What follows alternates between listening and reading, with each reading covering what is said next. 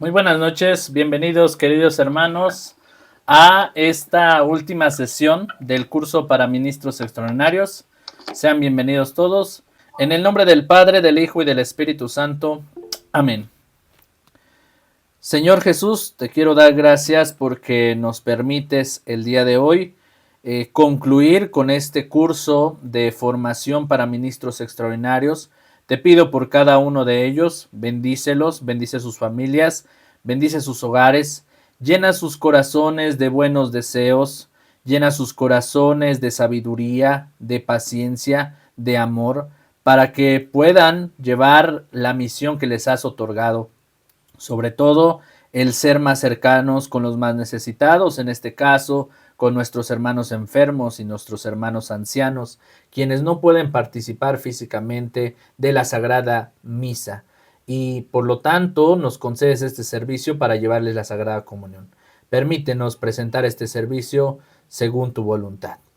Escuchemos, hermanos, la lectura del Santo Evangelio según San Juan. Gloria a ti, Señor. Entonces le preguntaron: ¿qué tenemos que hacer para trabajar en las obras de Dios? Jesús respondió: la obra de Dios es esta, creer en aquel que Dios ha enviado. Le dijeron: ¿qué puedes hacer? ¿Qué señal milagrosa haces tú para que la veamos y creamos en ti? ¿Cuál es tu obra? Nuestros antepasados comieron el maná en el desierto, según dice la Escritura. Se les dio a comer pan del cielo. Jesús contestó: en verdad les digo, no fue Moisés quien les dio el pan del cielo, es mi Padre el que les da el verdadero pan del cielo. El pan que Dios da es aquel que baja del cielo y que da vida al mundo. Ellos dijeron: Señor, danos siempre de ese pan. Jesús les dijo: yo soy el pan de vida. El que viene a mí nunca tendrá hambre, y el que cree en mí nunca tendrá sed. Sin embargo, como ya les dije, ustedes se niegan a creer aún después de haber visto. Todo lo que el Padre me ha dado vendrá a mí, y yo no rechazaré al que venga a mí. Porque yo he bajado del cielo, no para hacer mi voluntad, sino la voluntad del que me ha enviado. Y la voluntad del que me ha enviado es que yo no pierda nada de lo que él me ha dado, sino que lo resucite en el último día. Si esta es la decisión de mi Padre, toda persona que al contemplar al Hijo cree en él, tendrá vida eterna, y yo lo resucitaré en el último día. Palabra del Señor. Gloria a ti, Señor Jesús. En el nombre del Padre, del Hijo y del Espíritu Santo. Amén.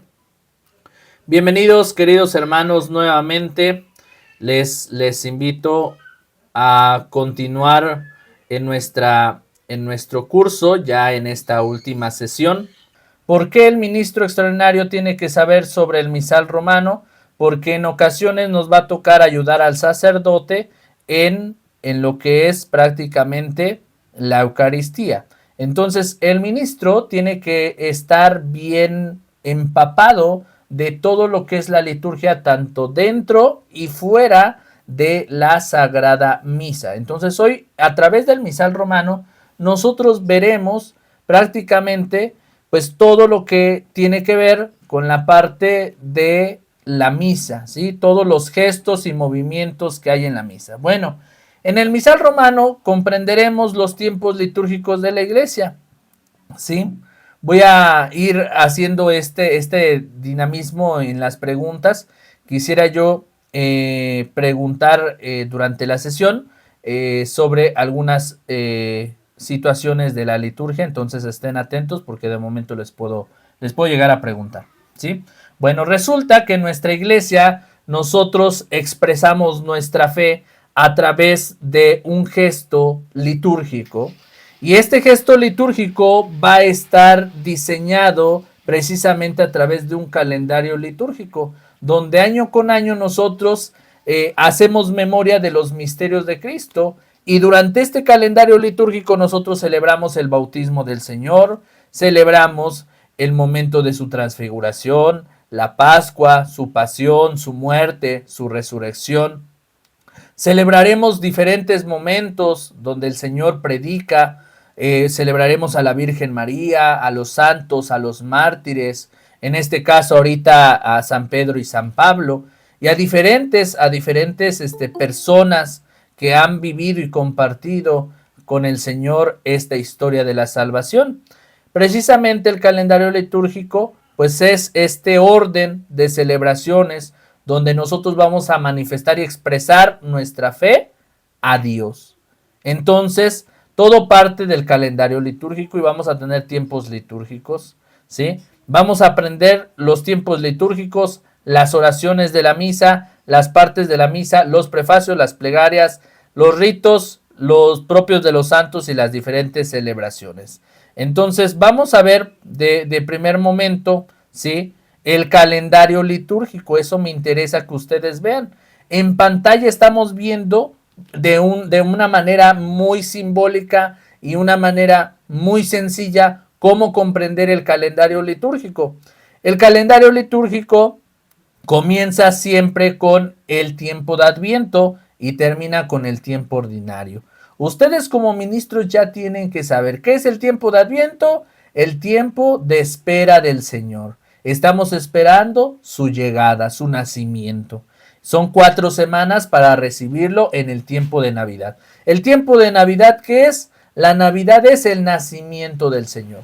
Y luego vamos a tener un primer tiempo ordinario, este primer tiempo ordinario que será un tiempo ordinario corto. Ustedes ya tienen que saber que en todos los años litúrgicos habrá un tiempo ordinario corto y un tiempo ordinario largo, ¿sí? Ahorita estamos viviendo el tiempo ordinario largo, ¿sí? Después de la Pascua y después del día de Pentecostés, vivimos un tiempo ordinario que comienza aproximadamente desde el mes de junio o finales de mayo hasta el mes de noviembre, ¿sí? Prácticamente todo el año vamos a celebrar nuevamente el tiempo ordinario hasta la fiesta de Cristo Rey. Entonces, si ustedes pueden ver el calendario que tenemos en pantalla, comienza en color morado, donde dice Adviento, luego Navidad, luego el primer tiempo ordinario, luego Cuaresma, que son 40 días de arrepentimiento y de reflexión, para poder celebrar el momento más importante, que es la pasión, muerte y resurrección de Jesucristo. Y a partir del domingo de resurrección vamos a vivir lo que es la Pascua. Resurrección significa, en un sentido de sinónimo, Pascua. Resurrección es Pascua y Pascua significa el paso del Señor, ¿sí?, de la muerte a la vida eterna. Ese paso que da el Señor venciendo las ataduras de la muerte se le conoce como Pascua, por eso vivimos la Pascua. Y esta Pascua va a ser celebrada durante 50 días. Si nosotros multiplicamos los días de la semana, son 7 por 7, 49, ¿sí? Si sabemos multiplicar 7 por 7 nos da 49, entonces son prácticamente 7 semanas, ¿sí? 7 días de 7 semanas nos da 49 y el siguiente domingo, después de las 7 semanas, vamos a celebrar Pentecostés. Pentecostés es la celebración que se conoce como la venida del Espíritu Santo sobre los apóstoles, más conocida como la venida del Espíritu Santo en general, no solo sobre los apóstoles. Después de esos 50 días, va a venir el Espíritu Santo a confirmar su obra en nosotros. Y entonces ahora nosotros estamos viviendo esta tercera etapa de la vida, de la historia de la salvación. En la vida de la historia de la salvación hay 3 etapas: antes de Jesucristo, en Jesucristo y después de Jesucristo. Antes de Jesucristo, quien actuó fue Dios Padre. Todo el Antiguo Testamento nadie conocía a Jesús. Todo era a través de profetas, a través de misterios. Y en el tiempo de Jesús, en Jesús se revela todo ese misterio. Por eso Jesús es el misterio pascual. Entonces el Antiguo Testamento fue a través de revelaciones en los profetas y fue una obra que se realizó con Dios Padre. Todo fue a través de mensajes de Dios Padre. En Jesús ya se vive la obra del Hijo, Dios Hijo. Y ahora nosotros, actualmente en este año 2025 en el que estamos transcurriendo nuestra vida, estamos viviendo la obra del Espíritu Santo. Ahora nosotros somos dirigidos por Dios Espíritu Santo y es por ello que celebramos el día de Pentecostés.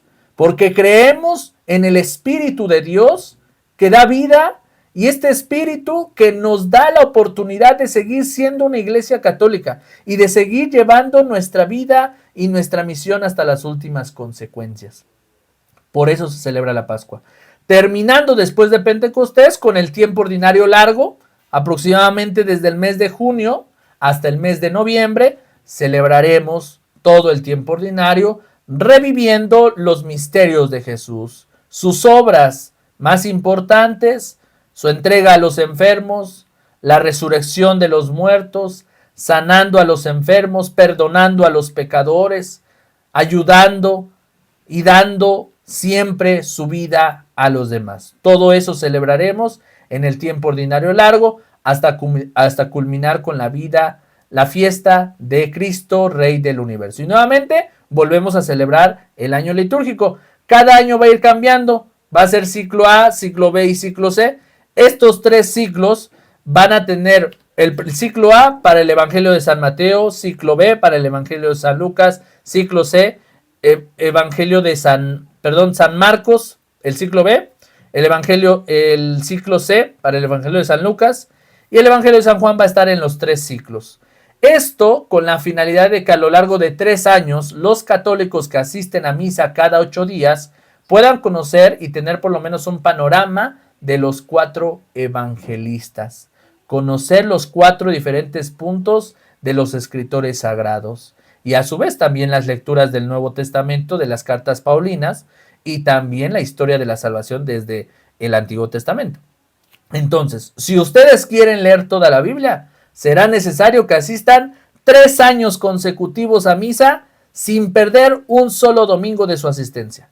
En 3 años, de domingo a domingo a domingo, ustedes pueden conocer toda la historia de la salvación.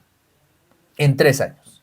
Ya van a conocer el ciclo A, el ciclo B, el ciclo C. No importa que ahorita estemos en el ciclo B, va a venir el ciclo C y luego el ciclo A, pero en 3 años ustedes van a estar empapados de la historia de la salvación, porque eso es el objetivo del calendario litúrgico. Ahora, es muy importante que ustedes como ministros entiendan que el calendario litúrgico no nada más es una serie de actividades y de momentos y de fechas de santos, no. Es el sentido de la liturgia, porque nosotros no somos como los hermanos protestantes que vamos cada domingo, en el caso de ellos van cada domingo, hacen alabanzas, ven películas, sentimos la presencia del Espíritu Santo, nos basamos en la Sagrada Escritura. Este domingo leemos un texto, de que 8 días leemos otro texto y al azar y como Dios nos va iluminando. Y si nosotros observamos estas prácticas espirituales de los hermanos protestantes, son cosas que se cimientan sobre arena. Porque cuando alguien cimienta algo sobre arena, pasa el aire y lo borra. No tiene sentido. Ustedes pregúntenle a un hermano cristiano, ¿sí? A un hermano protestante cristiano, un mormón, un evangelista, y les va a hablar de muchas escrituras. Les va a hablar del evangelio, les va a hablar de que están bien preparados inteligentemente sobre este texto y este otro, y ellos solo se basan a la sola escritura. Y cuando uno les pregunta, ¿y cómo expresas tu fe? Pues canto, hago alabanza, siento bonito, siento el Espíritu Santo. No, no se trata de eso, hermanos.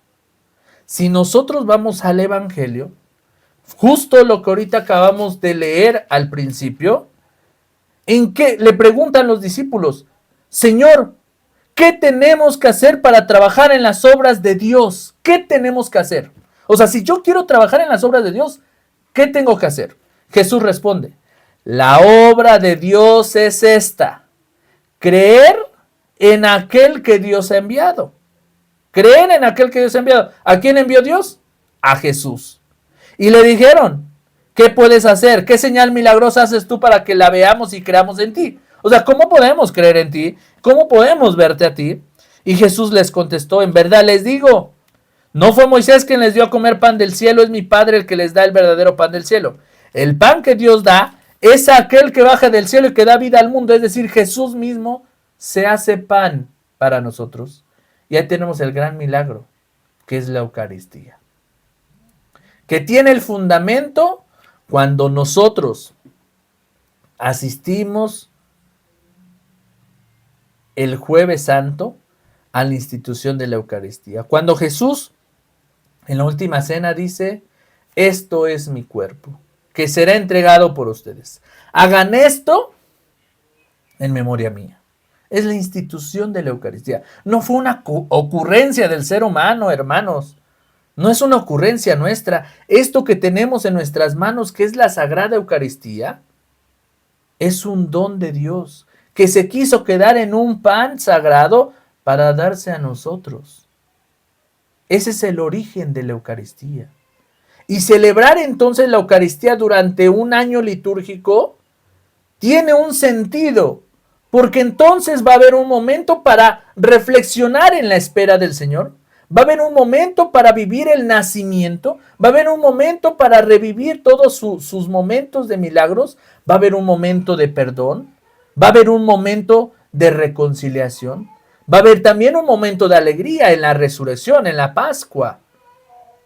Todos los momentos en la liturgia tienen un sentido. No solamente vamos a la iglesia a alabar a Dios y a sentir bonito y todo el tiempo a sentir que el Espíritu Santo está en mí. No, es una celebración litúrgica que me lleva a comprender a Jesús en su palabra, pero también a vivirlo en la práctica. Por eso la celebración litúrgica es lo más importante, hermanos. Y es por ello que el Misal Romano es un libro que nos va a instruir en esta celebración litúrgica. Pero todo parte de comprender este calendario litúrgico. Si no comprendemos esto, pues todos nuestros cimientos y nuestras bases van a estar escritas sobre arena, va a llegar el aire y las va a tirar, las va a borrar. No tiene sentido. Por eso muchos hermanos separados solamente llegan con su Biblia y te quieren cuestionar y te quieren debatir ciertas ideas. Pero pregúntales cómo viven su encuentro con el Señor. No tienen a un Señor. Y nosotros los católicos, si queremos encontrarnos con el Señor, ¿a dónde vamos, hermanos? Al sagrario, a la hora santa. Participamos en misa y comulgamos su cuerpo. Si queremos que el Señor nos perdone los pecados, acudimos a la confesión. Porque no voy por el sacerdote. ¿Puede que el sacerdote sea más pecador que yo? Sí, puede ser. Pero yo no me confieso con el sacerdote por creer en el sacerdote. No, yo creo en la palabra del Señor cuando le dijo a Pedro, tú eres Pedro y sobre esta piedra edificaré mi iglesia. Todo lo que quede atado en la tierra quedará atado en el cielo. Y todo lo que quede desatado en la tierra quedará desatado en el cielo. Otorgándole el don del perdón de los pecados. Todos los pecados que perdones en la tierra quedarán perdonados en el cielo. Fue a Pedro. Y fíjense cómo a Pedro le encarga la misión del perdón de los pecados, siendo Pedro el primero que lo va a rechazar. Y no lo va a aceptar. No, yo no lo conozco. ¿Quién sabe quién es Jesús? 3 veces negó a Jesús. Y sin embargo, Jesús le otorga uno de los dones más importantes, el perdón de los pecados. Entonces, yo no voy con los sacerdotes a confesarme porque el sacerdote tenga una cualidad específica o porque el sacerdote es santo. La idea es que sean santos nuestros sacerdotes, ¿verdad? Pero, dado el caso que no fuera así, yo asisto a la confesión porque creo en el don que Dios le otorgó a nuestros sacerdotes, el perdón de los pecados. Y sé que si yo, al confesarle mis pecados al sacerdote, el sacerdote va a imponer sus manos sobre mi cabeza y me va a dar la absolución de mis pecados. En ese momento se hace realidad el don sacramental del perdón. No solamente ponemos nuestras ideas de fe sobre arena, sino las cimentamos en una vida sacramental. Si me quiero encontrar con el Señor, ¿se vale estar en mi cuarto? Sí, tal vez cuando no se pueda puedo estar en mi cuarto haciendo oración. Pero lo ideal es que si me quiero encontrar con el Señor, ¿a dónde tengo que ir? A la misa, a escuchar su palabra y consumir su cuerpo. Si quiero un momento con el Señor a solas, platicar con Él, tengo el sagrario, tengo la hora santa. Pregúntenle a un hermano protestante, Cuando quiere hablar con el Señor, ¿qué hace? Te va a decir que nada más se encierra en su cuarto y platica con Él. Porque ellos no tienen el don de la Eucaristía, lo más sagrado que tenemos. Por eso, hermanos ministros, deben comprender el sentido de la Eucaristía. Y continúo, ¿sí? En este sentido. No vamos a detenernos tanto en los rituales del misal romano porque sería mucho. Lo que yo quiero que entiendan es la base de la liturgia. ¿Cómo está estructurada la misa? Sabemos que nuestra misa tiene 3 oraciones: oración colecta, oración de las ofrendas y oración después de la comunión. Estas tres oraciones van a ser la columna vertebral de la Eucaristía. Todas las misas van a tener 3 oraciones en el misal. Y entonces es así como vamos a conocer lo que son las partes esenciales de la misa. Los ritos iniciales, el saludo, el acto penitencial y el Señor ten piedad. Cosas que ya vimos desde nuestra primera sesión con esta parte de la liturgia de la palabra, ¿sí? No está por demás estarlo mencionando. Algo que quisiera yo adentrarme especialmente en este episodio para ministros es que ustedes ya tienen que conocer lo que es un prefacio y plegaria. Creo que son los 2 términos en donde más nos confundimos en la liturgia. Ya sabemos que es un gloria. Cuando te dicen gloria, bueno, ya sabes que es el canto del gloria. Gloria a Dios en las alturas y paz, etcétera, ¿no? La oración colecta, la oración de las ofrendas y la oración después de la comunión, ya sabemos que es una oración comunitaria que el sacerdote dice, oremos. En estas 3 oraciones el sacerdote va a decir oremos y quiere decir que todos juntos elevemos esta oración, ¿sí? Son 3 oraciones que siempre van a llevar a las misas, pero hablando de prefacios y plegarias viene una gran confusión. ¿Qué es un prefacio y qué es una plegaria? El prefacio, como su nombre lo indica, pre es antes de la misa, plegaria es después de la misa. Entonces es importante que entendamos, prefacio va a ser antes de la consagración, ¿sí? Plegaria es después de la consagración. Aquí en la diapositiva tengo que corregirle porque dice prefacio, bueno, dice prefacio de la misa, pero el prefacio es antes de la consagración. Ahí debería decir antes de la consagración. Y plegaria después de la consagración, en el momento de la consagración. Ahora, prefacios, ¿qué son? ¿Cuántos va a haber? Bueno, hay prefacios para Adviento, para comunión, para enfermos, etcétera. Y prefacios hay muchísimos, ¿sí? Por ejemplo, para prefacios de Adviento va a haber 4. Prefacio 1 de Adviento, prefacio 2 de Adviento, prefacio 3 de Adviento, prefacio 4. Prefacio 1 ordinario, 2 ordinario, 3 ordinario, 4, 5, creo que hay 7 o 10 prefacios ordinarios porque el tiempo ordinario lleva muchos domingos. Y prefacio de la Pascua lleva aproximadamente 4 o 5 prefacios de la Pascua. Tenemos prefacios para enfermos, prefacios para difuntos, prefacios para misas especiales, prefacios para la Virgen María, prefacios de los pastores, prefacios para un santo, etcétera. ¿Qué va a ser un prefacio?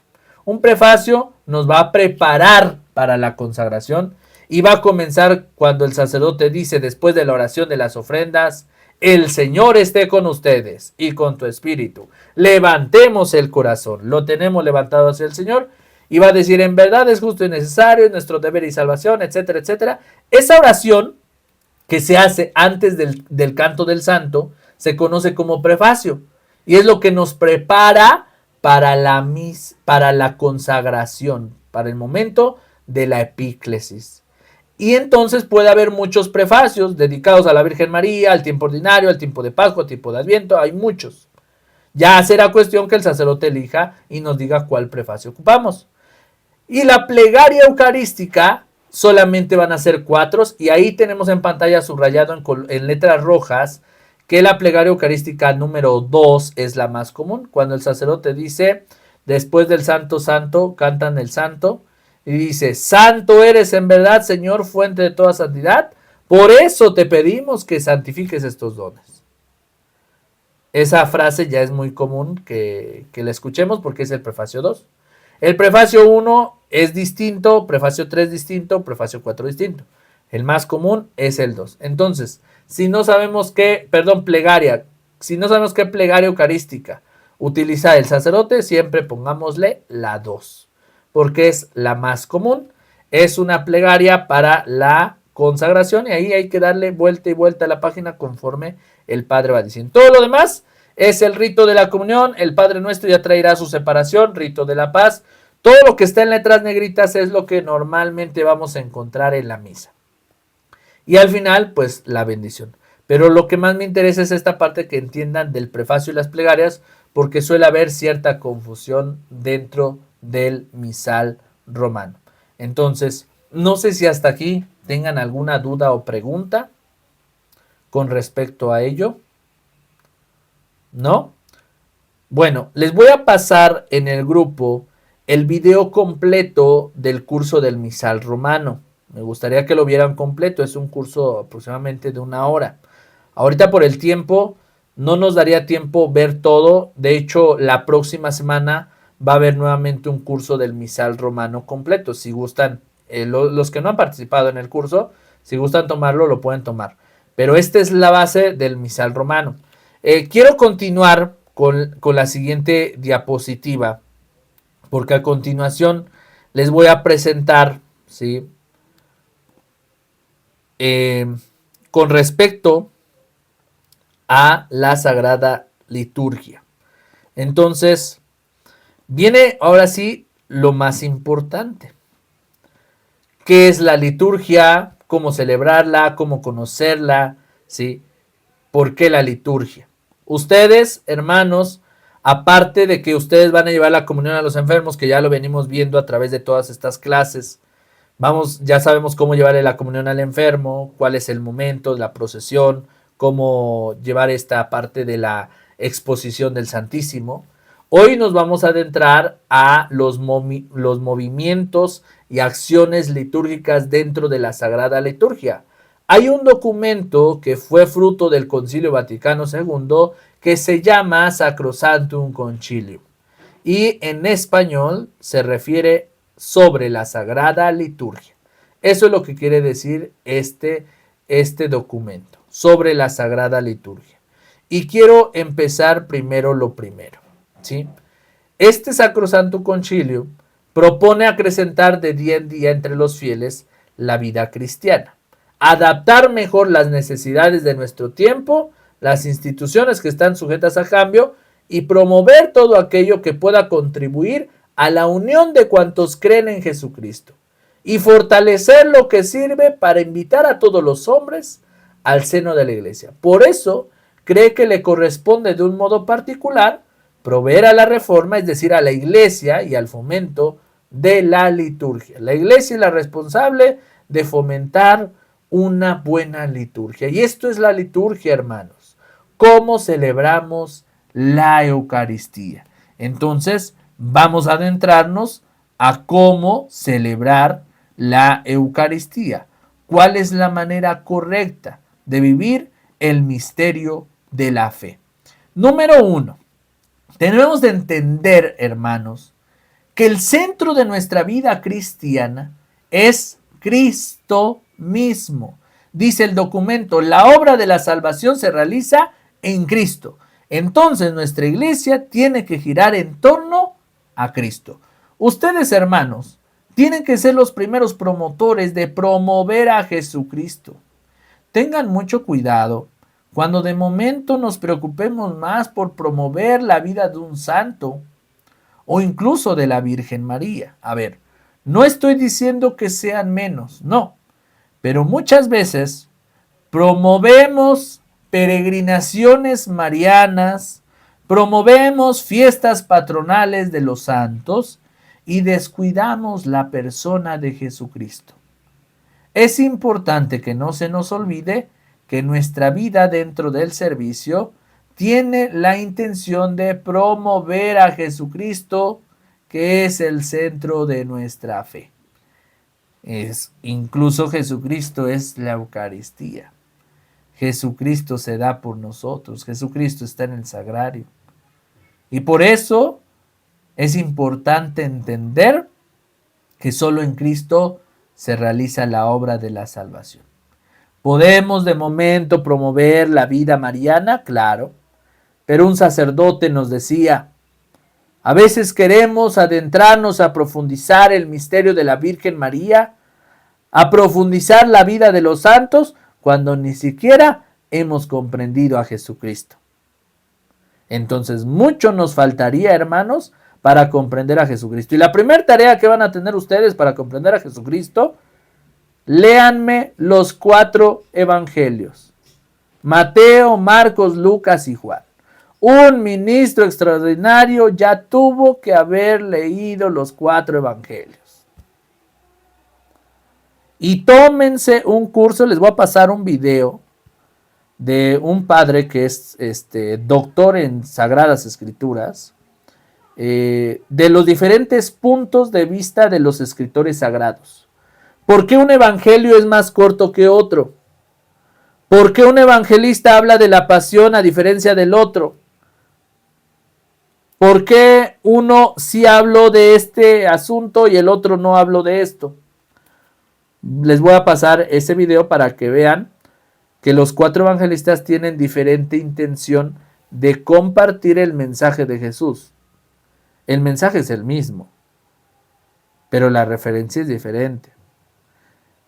Y hay muchas cosas que no se escriben, y por eso hay libros apócrifos que no fueron adaptados a las Sagradas Escrituras. Porque si bien tienen algún tema en concreto que no está de acuerdo con el lineamiento de nuestra fe. Porque al final dirá en el Evangelio de San Juan, muchas otras cosas pasaron, hermanos, que no están escritas en este libro. Y las que están escritas en este libro son palabras para que ustedes crean. Muchas otras cosas se pudieron haber escrito, sí, porque si tan solo escribiéramos todo en un libro de todo lo que vivió Jesús, la Biblia se queda corta. Pero lo poquito que se logró escribir en las Sagradas Escrituras es con la intención de que nosotros creamos. Y precisamente el texto ahorita de San Juan nos dice, o sea, ¿qué es lo que tenemos que hacer, Señor, para trabajar en las obras de Dios? Y Jesús responde, la obra de Dios es esta: crean en aquel que Dios ha enviado, crean en Jesús. No nos puso de manifiesto a su madre, a los apóstoles, pero ahora viene algo muy importante. Un sacerdote mencionaba, si yo quiero conocer a Jesús, también voy a conocer a su madre, a sus discípulos y a toda la gente que compartió con él.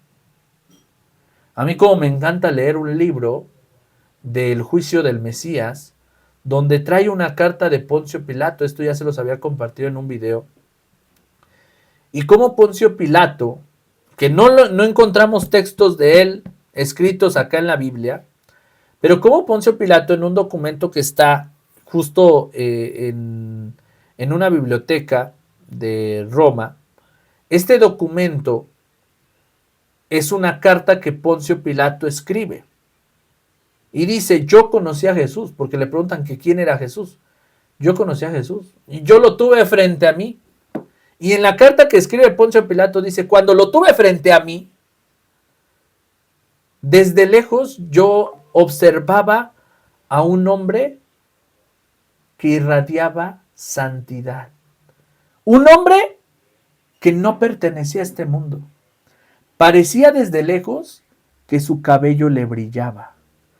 No puedo describir los colores de su cabello, la iluminación que transmitía con su vida. Y en la carta que Poncio Pilato escribe, dice, un día lo mandé a traer a Jesús, por todas las polémicas que se estaban desatando en aquel tiempo.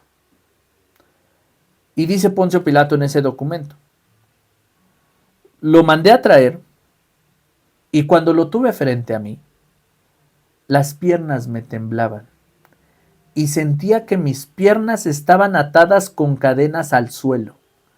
Sentía yo una pesadez. Me sentía como un hombre que había hecho muchas cosas malas, frente a una persona que solamente me compartía amor. Y cómo me encanta leer ese documento donde Poncio Pilato expresa, ¿sí?, desde un punto humano, porque ni siquiera lo presenta desde un punto religioso, quién era Jesús. Y dice, cuando me planté sobre él, cuando me puse de pie frente a él, no fui capaz ni siquiera de mirarlo al rostro.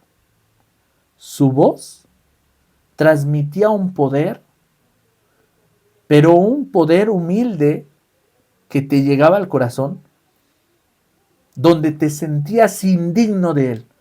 Y cada vez que leo esa carta, me doy cuenta que muchas personas que compartieron con Jesús vivieron esta transmisión de la fe, que muchas cosas de estas no están escritas en la Biblia, pero que cuando los lees dices, están hablando del mismo Jesús del que yo creo.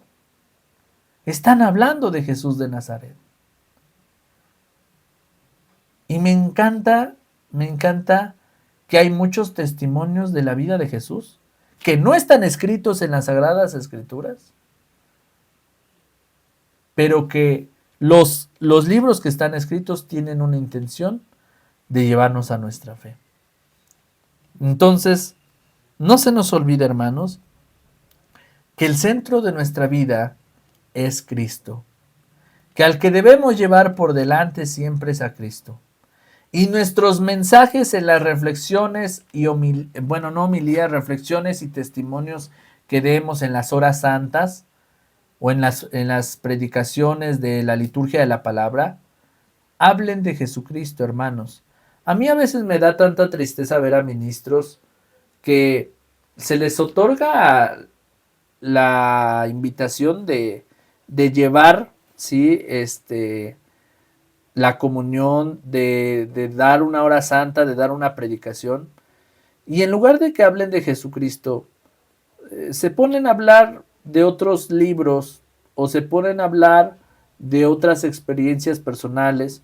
No digo que esté mal, pero hermanos, apenas si tenemos tiempo para evangelizar con Jesucristo, yo diría que pasemos a un segundo término nuestras experiencias personales y empecemos a hablar de Jesús. Que nuestras reflexiones comiencen en Jesús y por Jesús, ¿sí? Y para ello, o sea, para que podamos dar reflexiones de Jesús, necesitamos leer su vida. Entonces, tarea a trabajar, lean los 4 evangelios: Mateo, Marcos, Lucas y Juan. Entonces será muy importante. Los acólitos, lectores y comentadores, todos los que participan en la liturgia, pertenecen a la Schola Cantorum. Desempeñan un auténtico ministerio litúrgico.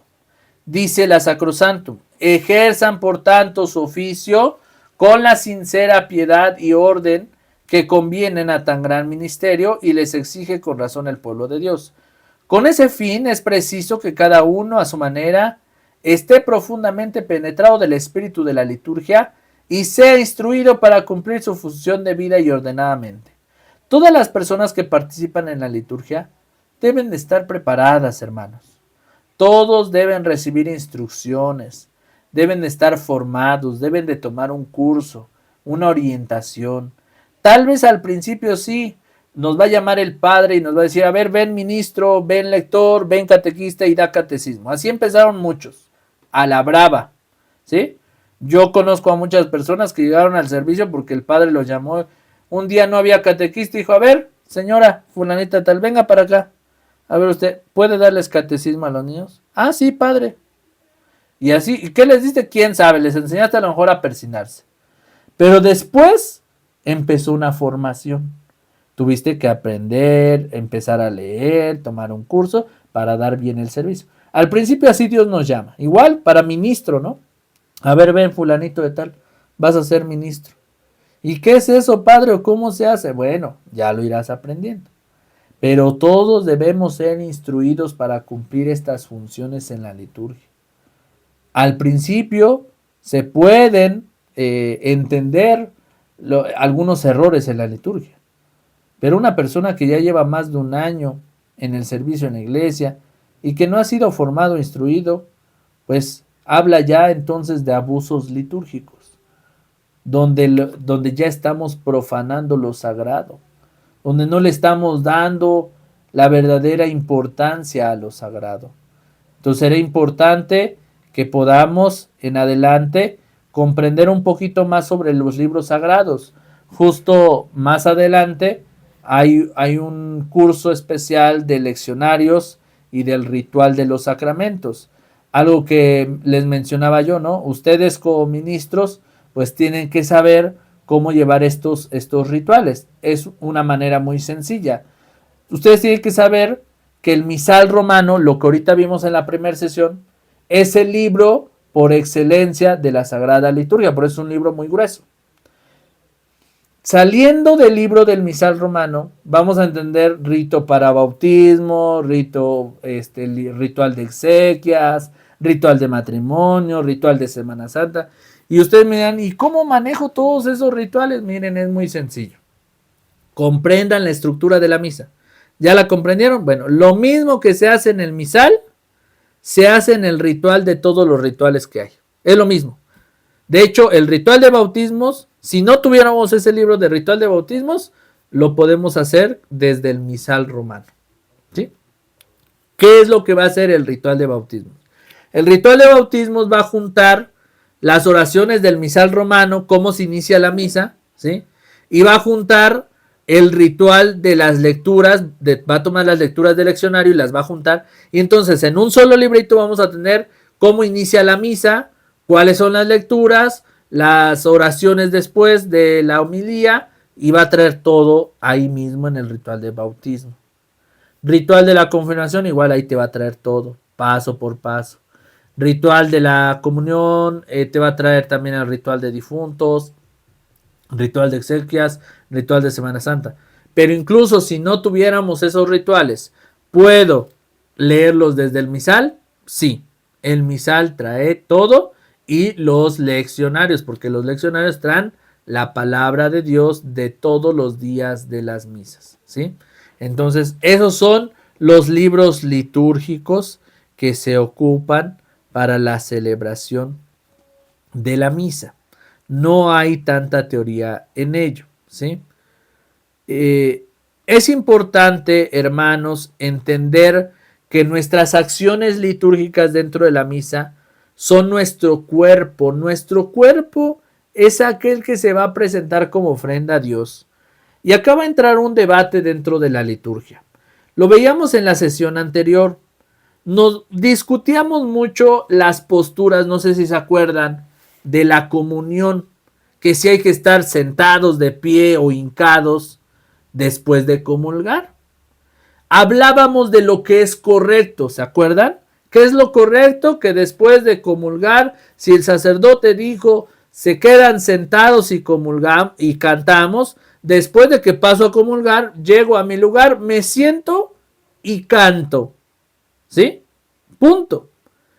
Pero no se trata solamente de que la liturgia sea una cuestión de movimientos y acciones correctas. No, hermanos.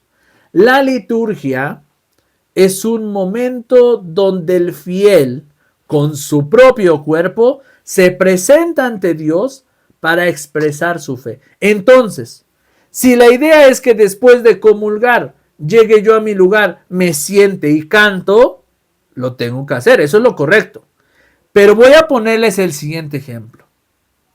Una mujer que acaba de vivir una infidelidad por parte de su marido durante la semana, ¿no? Llega devastada, llorando, a vivir la misa, medio escucha la palabra de Dios porque no tiene cabeza para ordenar sus ideas. Su corazón viene dolido, en llanto, y pasa a comulgar. Lo correcto sería que esta mujer llegara a su lugar, se sentara y cantara, ¿verdad? Entendiendo lo correcto de la liturgia. Pero debido a la situación que está pasando esta mujer, una infidelidad en su matrimonio, llega a misa a comulgar y tiene el deseo de ponerse de rodillas y en ese momento platicar con el Señor que lo ha comulgado. Señor, ayúdame. Señor, dame fuerza. Señor, no puedo más. No puedo seguir adelante. Me has dado una prueba.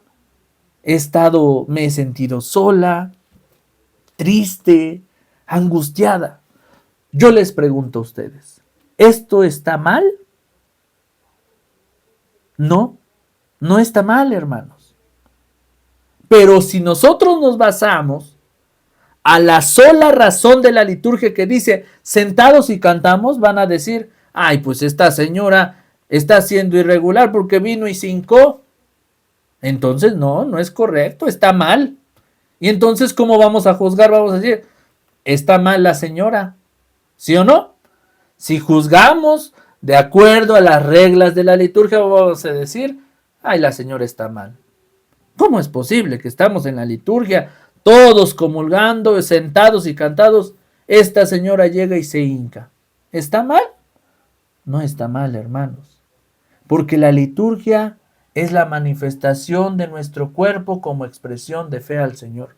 La idea es que todo sea un acto comunitario, pero tampoco se trata de un acto robótico, donde todos sentados, todos de pie, todos cantamos, todos volteamos, todos vamos para allá, ¿no? Por eso, la discusión de los movimientos litúrgicos después y antes de la comunión, hay un gran debate en todos ellos. Porque si nosotros nos basamos a la sola razón de la liturgia, de qué movimiento es el correcto, sin entender lo que hay en el corazón del hombre, entonces estamos mal.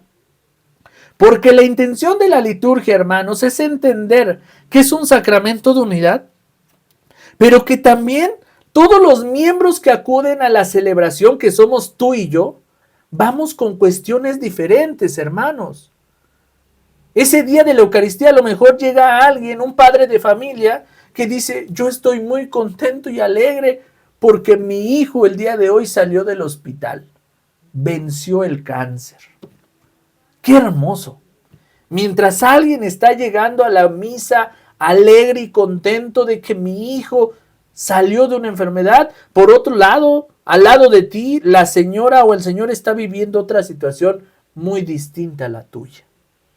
Y entonces yo les puedo decir que la conclusión es la siguiente. Aunque ustedes conozcan qué es lo correcto, yo les invito a respetar el espacio del prójimo. No sabemos lo que hay en el corazón de cada uno.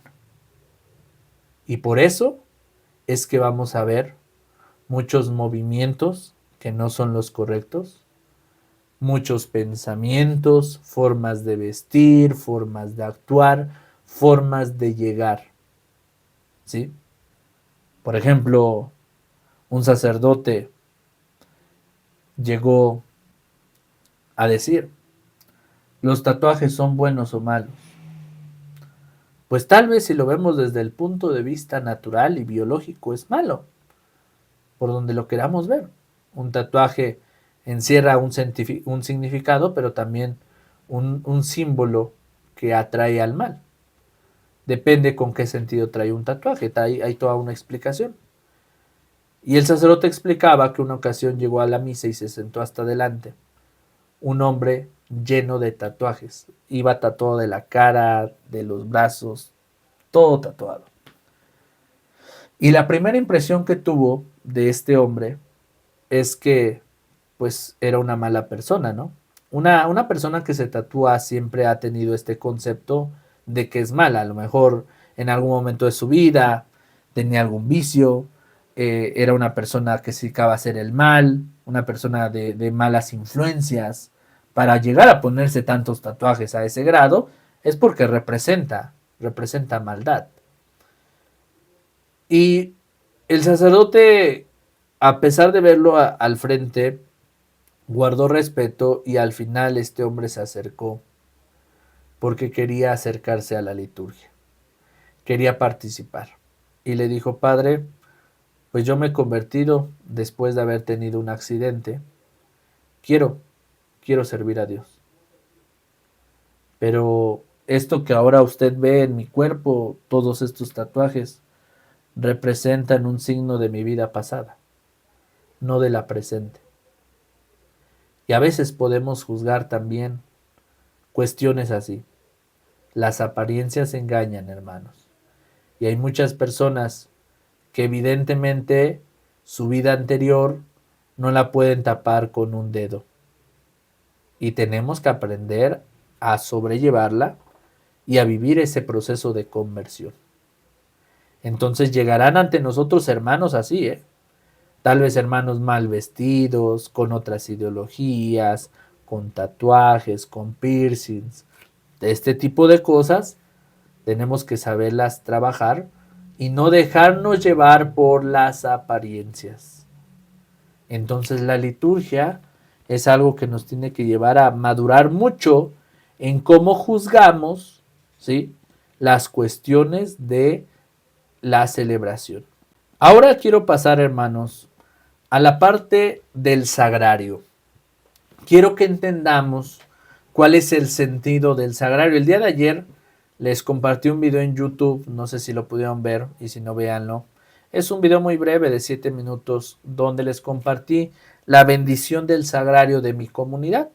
En mi comunidad no había sagrario, apenas se bendijo y se colocó el sagrario, ¿sí?, porque pues está trabajando en la construcción del templo. Y me encantó algo que el sacerdote explicó en la bendición del sagrario. Explicó la historia del sagrario. Y ahora se las comparto.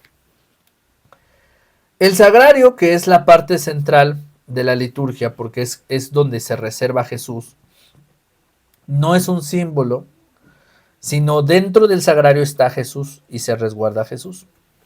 Va a haber muchas preguntas con respecto a ello. ¿Cuántas formas del cuerpo de Cristo se tienen que guardar? ¿Qué es lo ideal?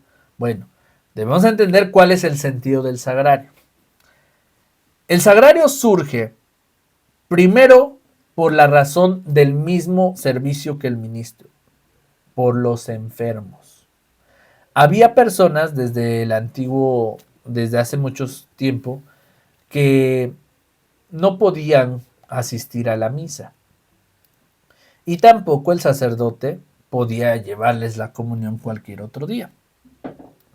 Entonces, para no estar celebrando la misa cada que saliera un enfermo o un enfermo en peligro de muerte que tuviera que recibir la unción y la comunión, pues era necesario tener resguardado unas formas del cuerpo de nuestro Señor. Entonces el sagrario surge precisamente para llevarle la comunión a los enfermos. En el sagrario se resguarda el cuerpo de Cristo, sí, pero se resguardan las formas necesarias para llevar el cuerpo de Cristo a nuestros hermanos enfermos. Esto es importante que lo sepan porque ustedes sí tienen que denunciar si conocen algún tipo de abuso litúrgico de algún sacerdote, ¿sí? ¿Por qué? Algunos sacerdotes, ¿sí?, se vuelve una mala costumbre, un mal hábito, una mala práctica, el consagrar 3, 4 copones de hostias, ¿sí?, y las guardan en el sagrario. Y así entonces, ya que están guardadas, el sacerdote, para evitarse ir a tantas celebraciones, pues nada más manda a los ministros, vayan a celebrar y yo ya no voy. Ese es un error, ¿sí? Cuando el sacerdote puede y debe celebrar la Eucaristía, tiene que ir y celebrar y en ese momento consagrar el pan en el cuerpo de Cristo. No tiene que estar resguardado, ¿sí? Entonces a mí me tocó ver algunas parroquias donde llegabas y había copones con un buen de formas de nuestro Señor Jesucristo. No debe haber muchas, solo las necesarias para el caso de emergencia de un enfermo, de enfermo en peligro de muerte, ¿sí? de alguna situación especial donde tengamos que llevar la comunión, ¿sí? Entonces es importante que sepamos que el sagrario surge por esta necesidad de llevarle la comunión a los enfermos. Ya en adelante, pues el sagrario también tendrá la función de que a partir de ahí vamos nosotros a tomar el cuerpo de Cristo para poderlo exponer en la custodia durante la hora santa y volverlo a reservar al final de ella. Eso es lo que veíamos con respecto al sagrario, ¿sí? Entonces, por último, quiero culminar con una serie de imágenes que nos van a presentar, ¿sí?, lo que es las posiciones o las posturas de la Sagrada Liturgia.